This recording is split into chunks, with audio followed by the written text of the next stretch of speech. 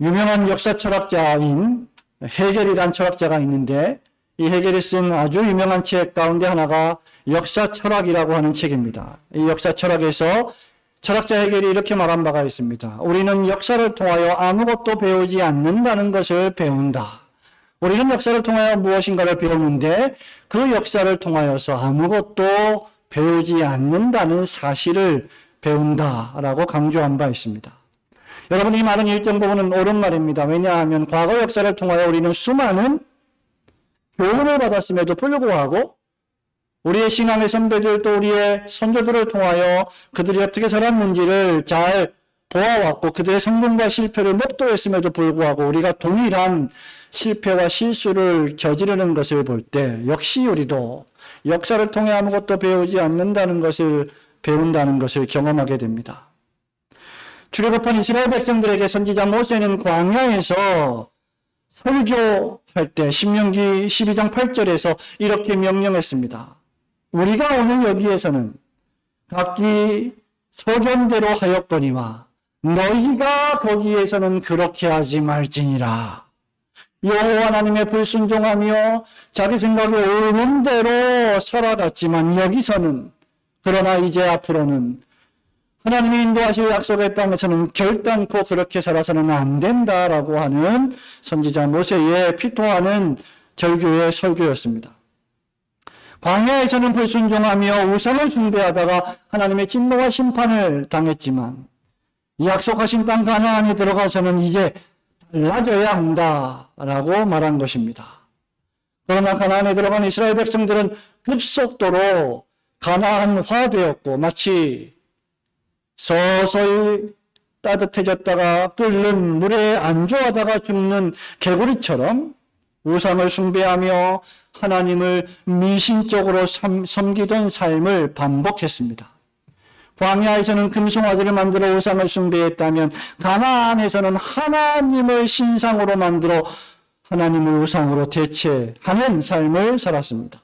그 결과 하나님은 그들을 또다시 징계하시고 심판하셔야 했고 하나님의 심판을 견디지 못한 이스라엘 백성들이 그 심판의 무게에 눌려 회개할 때 하나님은 사사를 보내셔서 그들에게 구원의 메시지를 전하며 마침내 다시 오실 예수 그리스도를 바라보게 하시며 또다시 용서와 자비를 베풀어 주셨습니다. 이렇게 죄를 짓고 그 죄 때문에 임한 심판이 무서워 회개한 후에 구원과 축복이 임하면 또다시 언제 그리냐는 듯이 범죄하여 하나님의 심판을 초래하던 이스라엘의 역사를 기록했던 것이 바로 사사기입니다. 오늘 우리가 읽은 17장부터 마지막 21장은 사사기의 결론과 같습니다. 그리고 그 결론의 말씀은 오늘 본문의 말씀 6절에 반복하여 기록되어 있는 것처럼 그때에는 이스라엘의 왕이 없었으므로 사람마다 각기 자기 소견에 옳은 대로 행하였더라는 말씀입니다. 여기 자기 소견이라고 하는 말은 히브리어로 문자적으로 해석하면 자기 눈을 가리킵니다. 자기 눈에 보이는 대로, 즉 자기 소견에 옳은 대로 행했다는 말은 자기 눈에 보기 좋을 대로, 자기 편리대로, 자기 마음에 드는 대로, 원하는 대로 행동했다는 뜻입니다. 여러분, 이것은 사사시대의 이스라엘 민족의 종교적, 도덕적 타락상을 여실히 보여주는 가장 유명한 말씀 가운데 하나입니다. 이 말씀은 약 2800여 년 전에 기록되었음에도 불구하고 사람들은 오늘날에도 여전히 자기 소견에 옳은 대로 행하며 살아갑니다. 오늘날에도 사람들이 자기 소견에 옳은 대로 신앙생활하고 있습니다. 계시의 계절 가을로 접어드는 길목에서 자기 소견에 옳은 대로 살아가는 것이 무엇인지 그리고 우리는 어떤 것들을 피해야 하는지 본문 말씀을 통하여 깨닫고 경각심을 가지며 하나님의 말씀에 은혜를 받는 복된 시간 되기를 소원합니다. 첫 번째로 자기 소견에 옳은 대로 행하는 삶의 방식은 여호와 하나님을 자신의 인생의 왕으로 모시지 않는 삶의 방식입니다. 하나님을 쫓아내는, 하나님을 몰아내는 삶의 방식입니다. 1절과 2절 말씀 우리 함께 읽어보겠습니다. 에브라임 산지의 시작. 에브라임 산지에 미가라 이름하는 사람이 있더니 그의 어머니에게 이르되 어머니께서 은 1,100을 이루셨으므로 저주하시고 레위기에도 말씀하셨더니 보소서 그 은이 내게 있나이다. 내가 그것을 가졌나이다 하니 그의 어머니가 이르되 내 아들이 여호와께 복받기를 원하노라 하니라. 아멘. 본문 말씀에 따르면 에브라임 산지에 살았던 미가는 유명한 사사도 아니었고 영웅도 아니었습니다. 평범한 사람이었습니다. 그런데 이 미가에게는 몇 명의 아들이 있었고 또한 어머니가 있었습니다. 이 어머니는 상당히 부유한 사람이었던 것으로 추정됩니다. 그런데 놀랍게도 어느 날 난리가 났습니다. 왜냐하면 은 1,100세겔을 이 어머니가 잃어버렸기 때문입니다. 말이 잃어버린 것이지 본문의 말씀의 뉘앙스로 볼 때 누군가 이 1,100세겔 되는 엄청난 돈을 훔쳐간 것입니다. 주석가들은, 신학자들은 이 1,100세겔이 사람이 약 한 3년 동안 열심히 일해야 벌 수 있는 돈의 총합이라고 계산합니다.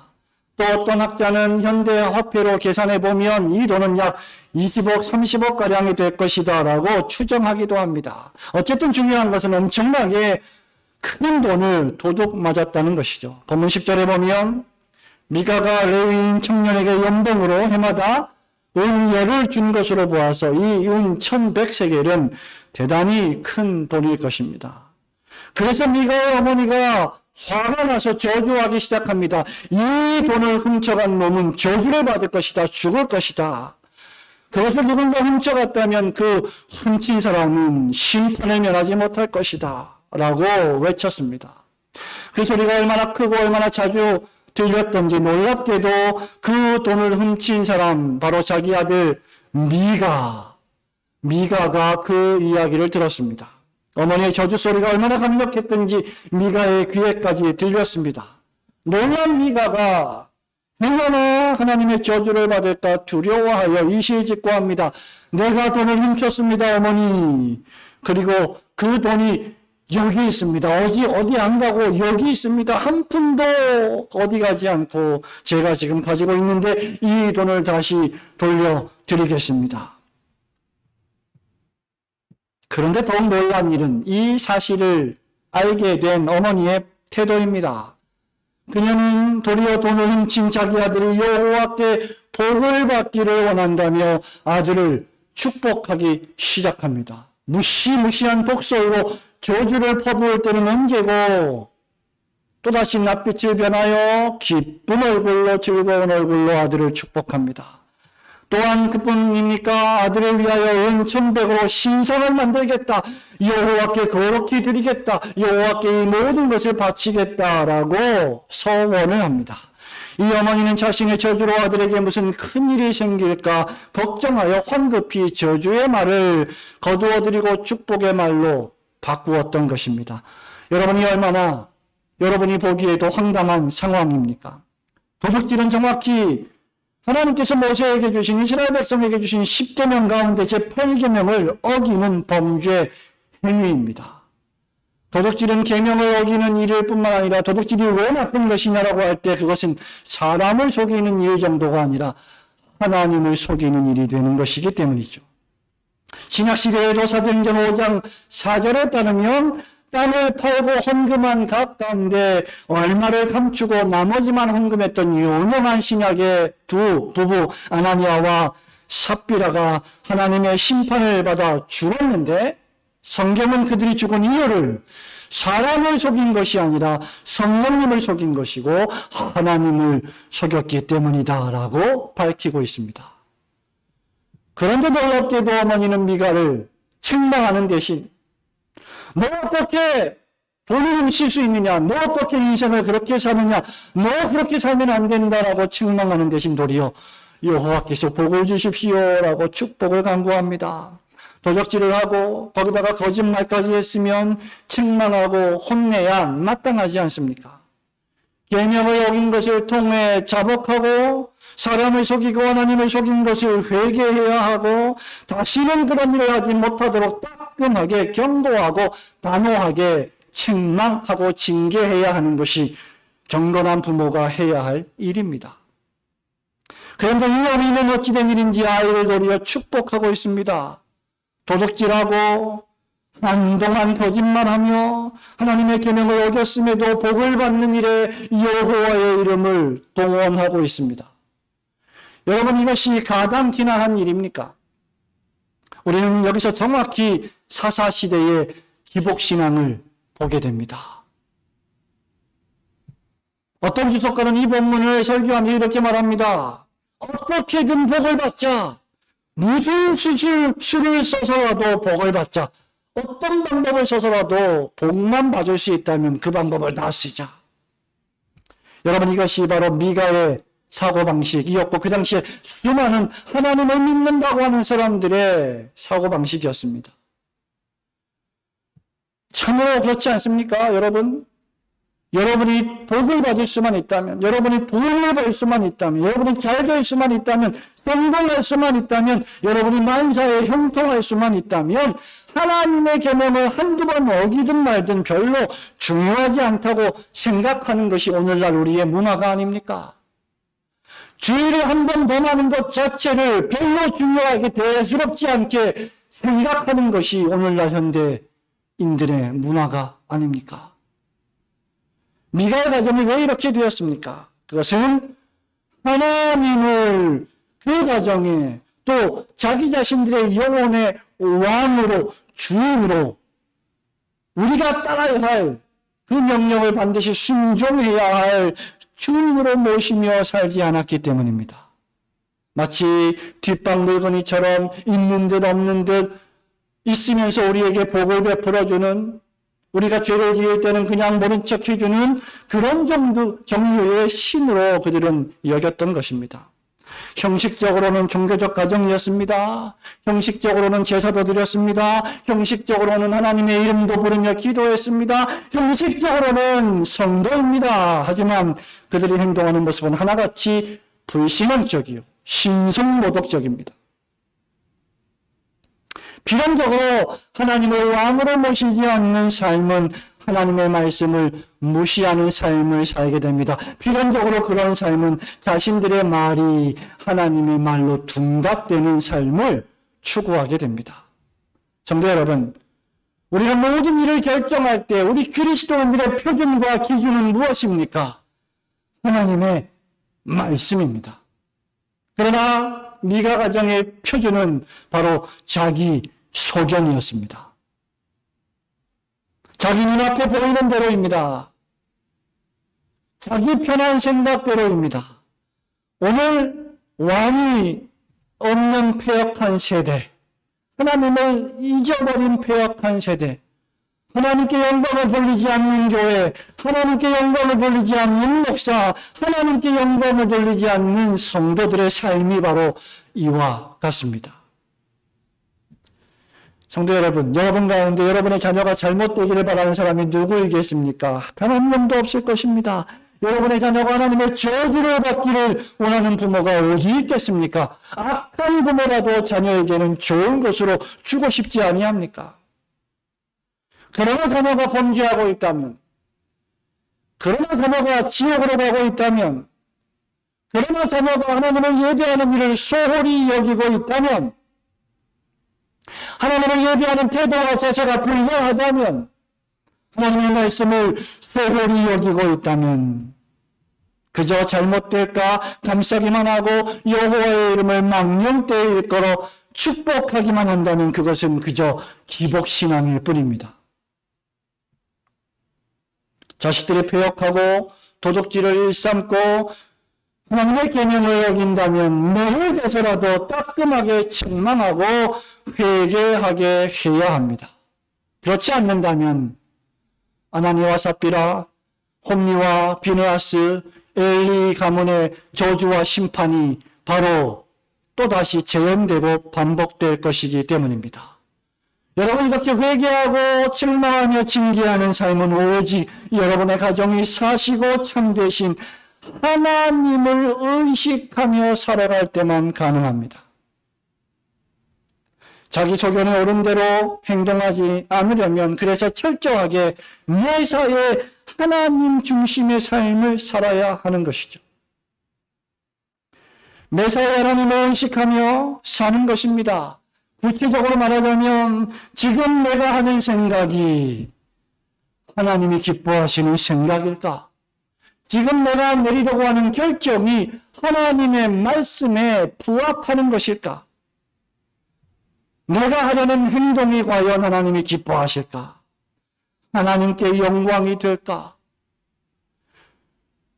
여러분, 보람되어 우리가 그토록 즐겨 사용하는 라틴어 보람되어 하나님 앞에서라고 하는 이 단어, 하나님 앞에서 생각하고 말하고 행동하지 않는 모든 것들이 기복신앙이요 미신적 신앙이 됩니다.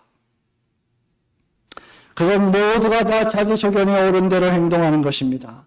하나님께 물으시고 하나님의 말씀에 비추어 보면 우리가 취해야 할 결정은 매우 분명하고 명백합니다. 그리고 매우 단순합니다. 그런데 많은 이들이 그것을 애써 외면하고 자기 소견에 옳은 대로, 자기 기분이 편한 대로, 자기가 세워놓은 기준과 표준에 따라서 자기 눈이 즐거운 대로 결정합니다. 그것은 참된 신앙인의 자세라고 할 수 없을 것입니다. 그러므로 성도 여러분, 여러분들은 오직 여호와 하나님만을 여러분의 유일한 왕으로 모시고 사시는 성도들이 되시기를 주님의 거룩하신 이름으로 축원합니다. 두 번째로, 이 자기 소견에 옳은 대로 행동하는 사람들은 복을 받을 수만 있다면 우상을 만들고 숭배하는 일까지도 서슴지 않습니다. 즉 하나님도 믿고 우상도 섬기며 혼합주의적인 뭔가 분명하지 않는 신앙생활을 이어간다는 것이죠. 여러분 3절, 4절 함께 읽어봅니다. 미가가 은천백을 시작. 미가가 은천백을 그의 어머니에게 도로 주매 그의 어머니가 이르되 내가 내 아들을 위하여 한 신상을 새기며 한 신상을 부어 만들기 위해 내 손에서 이 은을 여호와께 거룩히 드리노라. 그러므로 내가 이제 이 은을 내게 도로 주리라.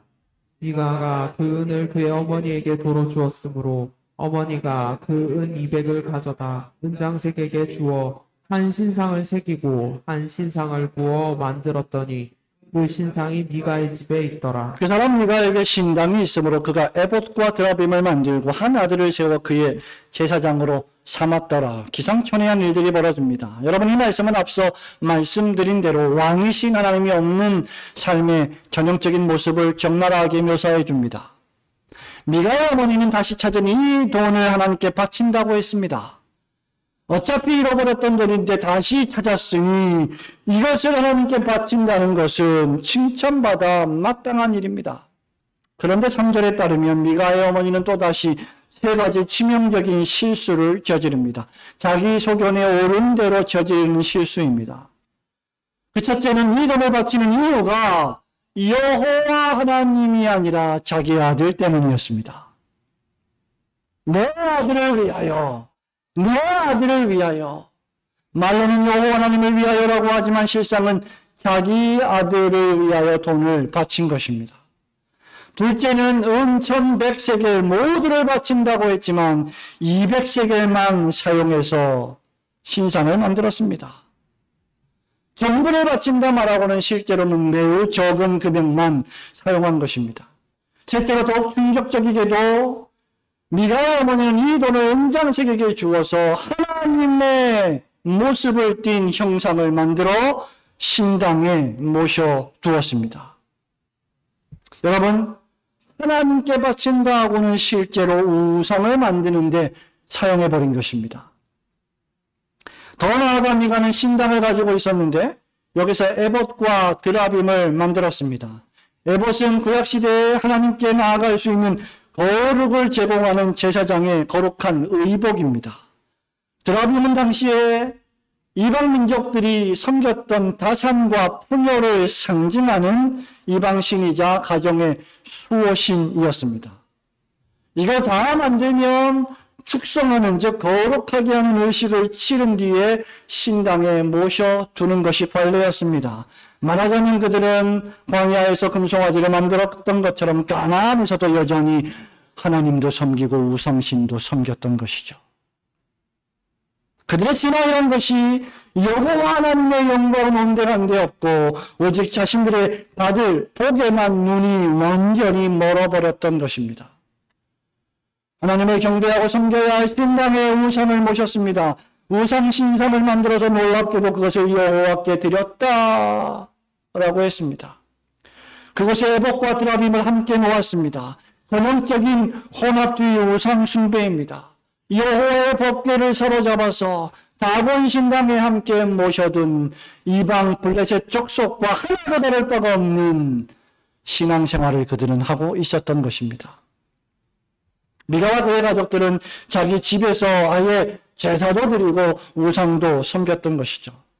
사실 그들이 참된 여호와 하나님 앞에 참된 제사를 드리려고 원하기만 했다면 멀지 않은 에브라임 산지에서 멀지 않은 실로에 가서 얼마든지 하나님을 경배할 수 있었을 것입니다. 성전 중심의 예배를 원했다면 그들은 성전에 가서 예배를 드릴 수도 있었을 것입니다. 실제로 에브라임 산지는 이스라엘의 중심에 위치했고 이스라엘 백성들이 가장 소중하게 여겼던 여호와의 법궤를 모셔둔 실로와 지척거리에 있었습니다. 하지만 미가는 그렇게 하는 대신에 아예 자기 집에 신당을 차렸습니다. 성전 역할을 하는 신당도 있고 우상 신상도 있고 에봇과 드라빔도 있습니다. 그런데 뭔가 부족해 보입니다.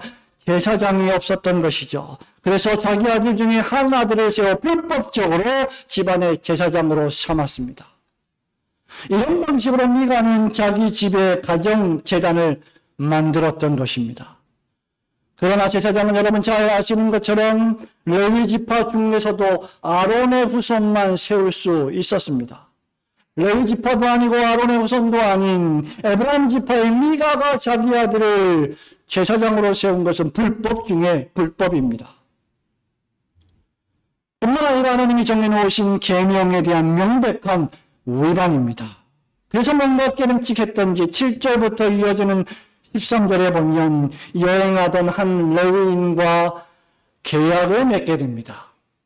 내가 어디서부터 왔느냐 물었는데 이 레위인은 어디서부터 왔는지는 말하지도 않고 나는 레위인이다. 나는 거류할 곳을 찾고 있다. 말하자면 나는 지금 새롭게 계약을 맺고 내 삶을 안전하게 보장해 줄 사람을 만나고자 한다라는 직업, 목사, 직업, 상여인이 아니라 사기꾼 같은 제사장 역할만 수행하는 진심으로 하나님을 섬기지 않는 사람이었습니다.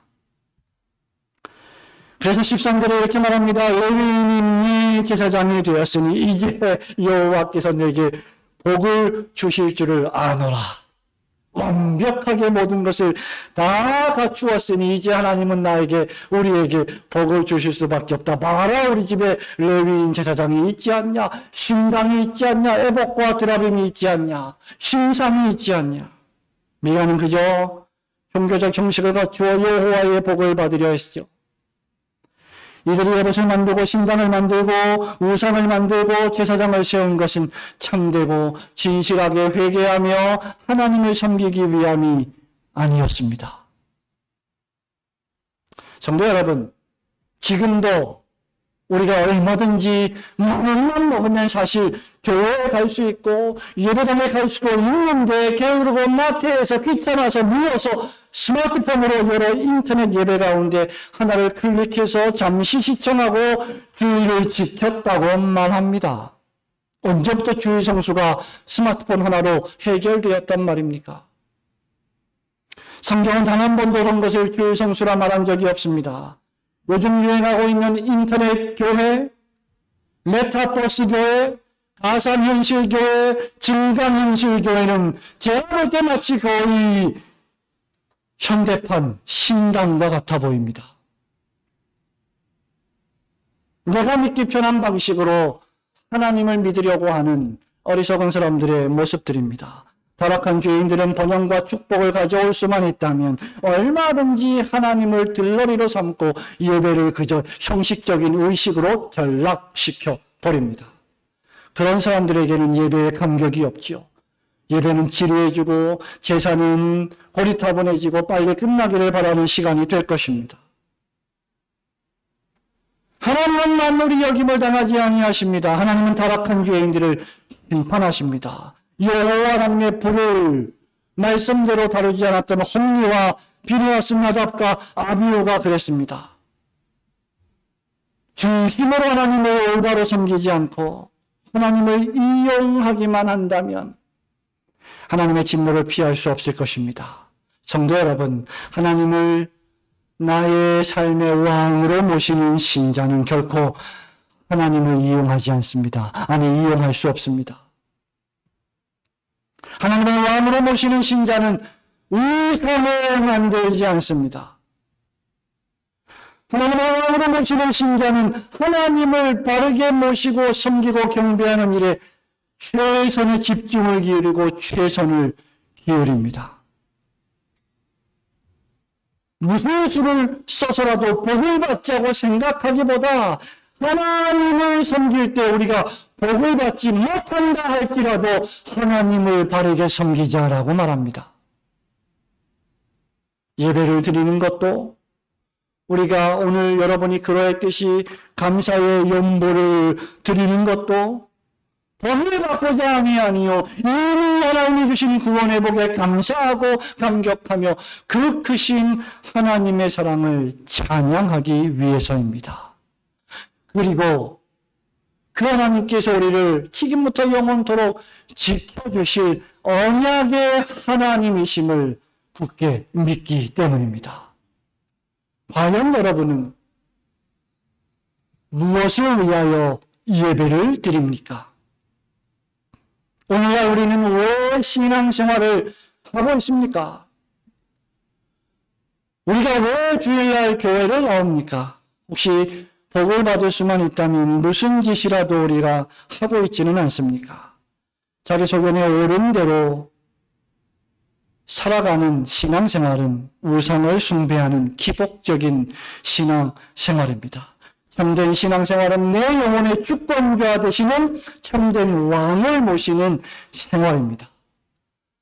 성도 여러분, 목사가 간곡히 부탁드립니다. 여러분 마음, 여러분 감정, 여러분 이성, 여러분이 내키는 대로가 아닌 늘 성경이 명령하는 대로 우리의 찬송과 경배를 받으시기에 합당하신 주 여호와 하나님께만 참되고 바르게 예배하시는 성도들이 되시기를 주님의 이름으로 축원합니다.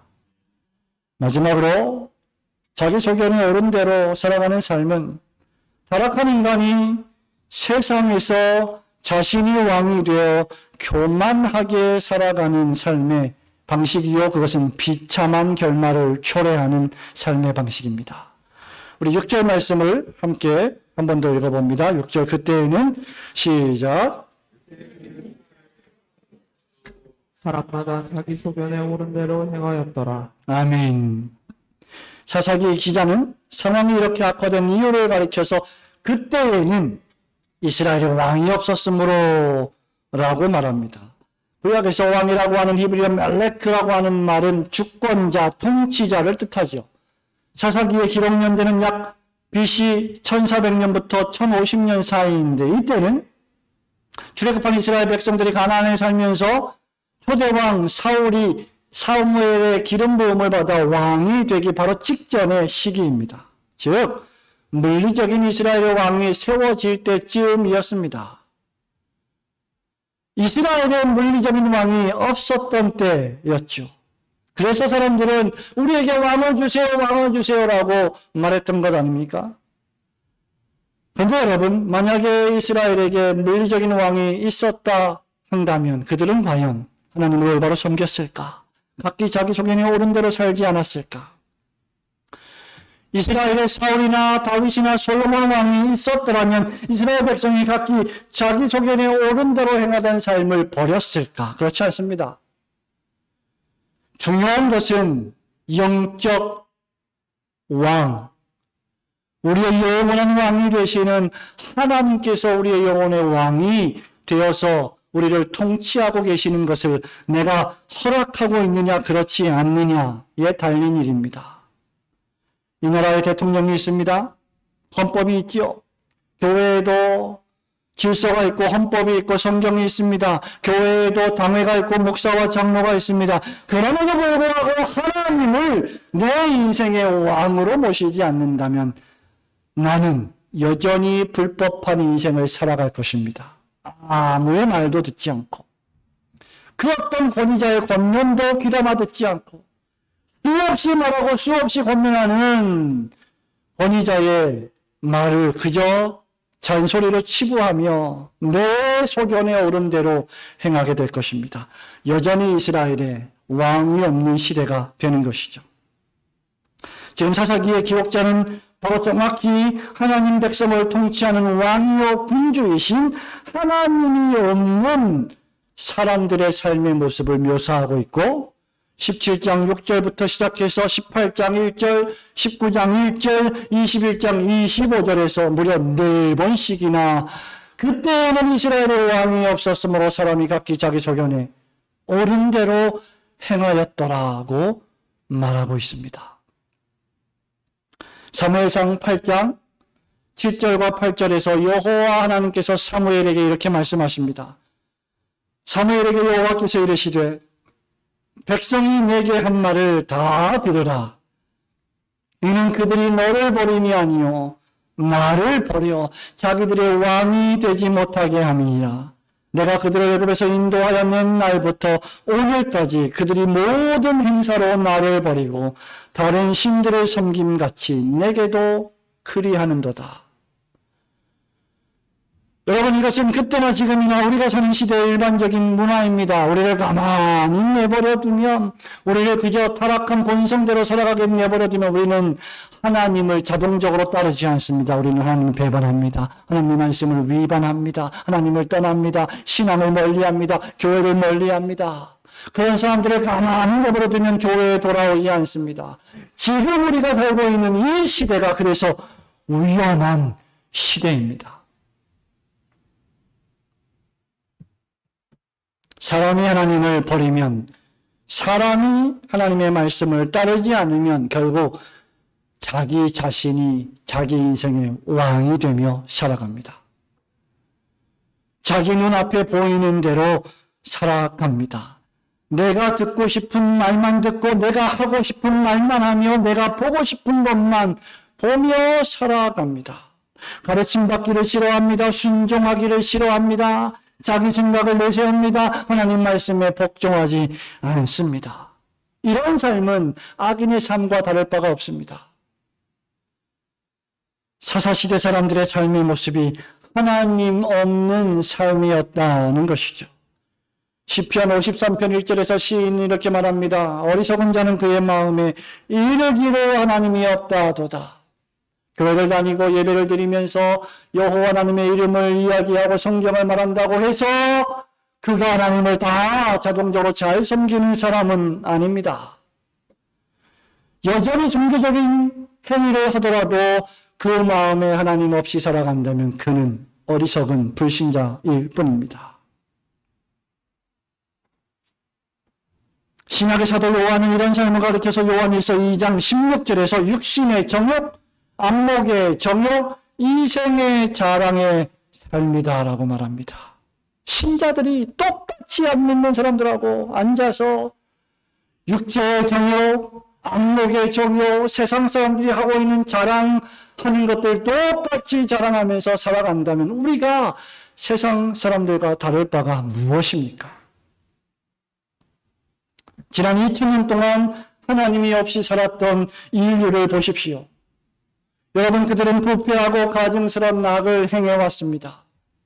사람들은 인류의 진보와 발전을, 인류의 유토피아와 이상을 말하지만, 그들은 세계의 평화를 말하지만, 과학의 진보와 발전을 말했지만, 여러분, 불과 100여 년 전에 제1차, 제2차 세계대전을 통해서 하나님 없이 사는 인간의 삶이 얼마나 참혹한지를 역사 속에서 증명했습니다.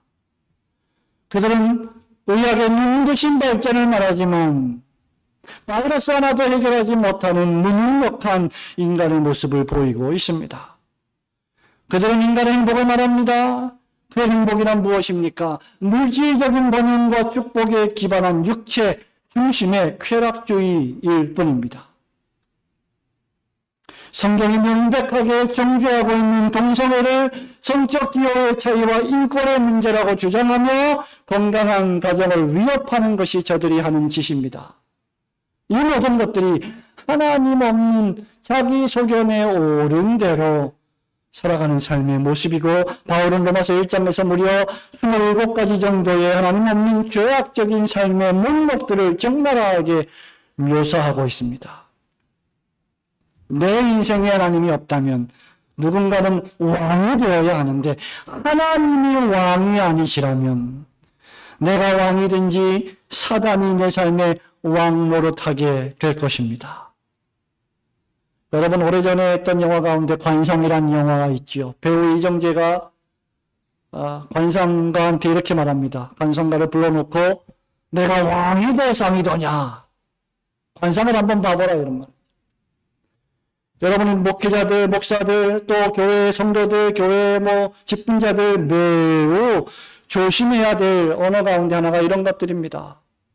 목회를 오래 하다 보면 사람들의 눈만 보고 얼굴만 봐도 저 사람이 진실하게 하나님을 섬기는 사람인지 아닌지 알 수 있다. 그래서 관상은 과학이다. 이런 목사들이 정신 나간 말들을 합니다. 여러분, 그것이 교만입니다.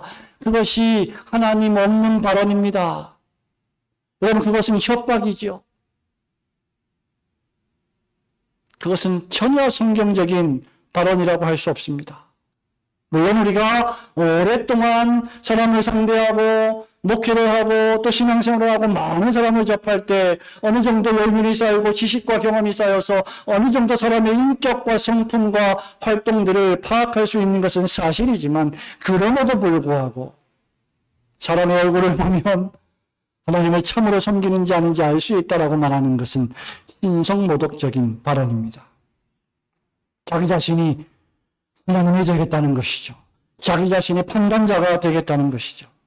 성도 여러분, 신앙생활은 언제든지 이 싸움입니다. 내가 왕노릇 할 것인가?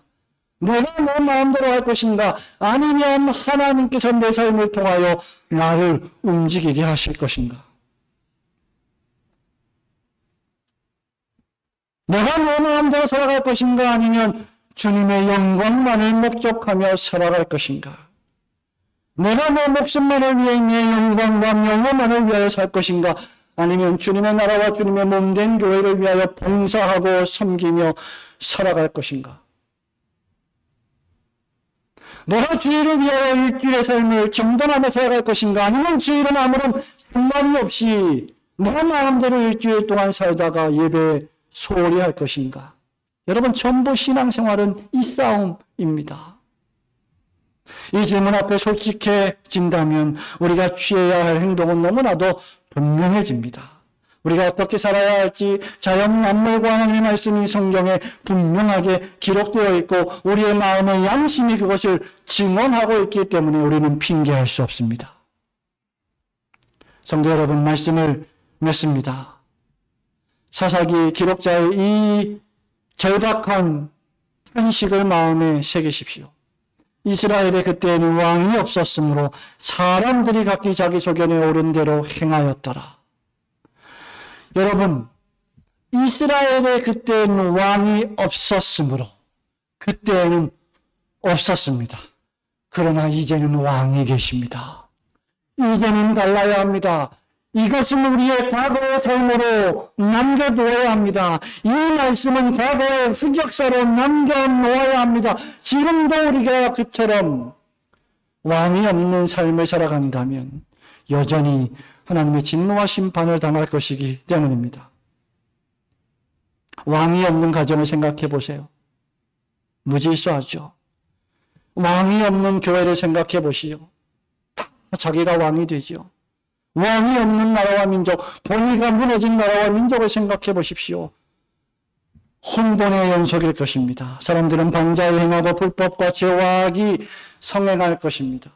그런 나라와 교회와 가정은 불행하고 비참할 것입니다. 하지만 하나님을 참된 왕으로 모시고 가정과 남편과 아내와 자녀들이 하나님의 말씀을 지키며 하나님을 사랑하고 경배하며 섬기며 산다면 안식일을 기억하여 하나님을 예배하고 경배하며 거룩히 지키는 일에 목숨을 걸고 매일을 빛과 소금의 삶을 살며 그리스도인의 복음을 증언하는 신자의 가정과 교회와 국가는 행복하고 평안할 것입니다. 칼빈은 이런 말을 한 적이 있습니다. 자신이 제네바에서 목회하면서 매주마다 몇 차례씩 설교하는데 설교할 때만 10명이 있다고 하면 10명이 그 설교를 듣는다면 10명 중에 말씀을 제대로 듣는 자가 3명이고 3명 중에 그 말씀대로 살려고 분투하고 애쓰는 자는 1명이었다. 제네바 시대, 제네바의 종교개혁 시대의 제네바의 삶의 타락이 얼마나 그 종교적인 신앙의 능력이 얼마나 심각하게 문제가 많았었는지를 잘 보여주고 있는 발언입니다. 성도 여러분, 우리가 하나님께서 우리의 왕이 되게 하시려면 우리는 하나님이 하시는 말씀을 하나님의 말씀으로 들어야 합니다. 스스로 왕이 되지 마시고 오직 왕 되신 하나님을 경배하며 그 왕이 하시는 말씀에 복종하고 순종하며 살아가시는 올고든 교회 성도들이 되시기를 주님의 이름으로 축원합니다. 아멘.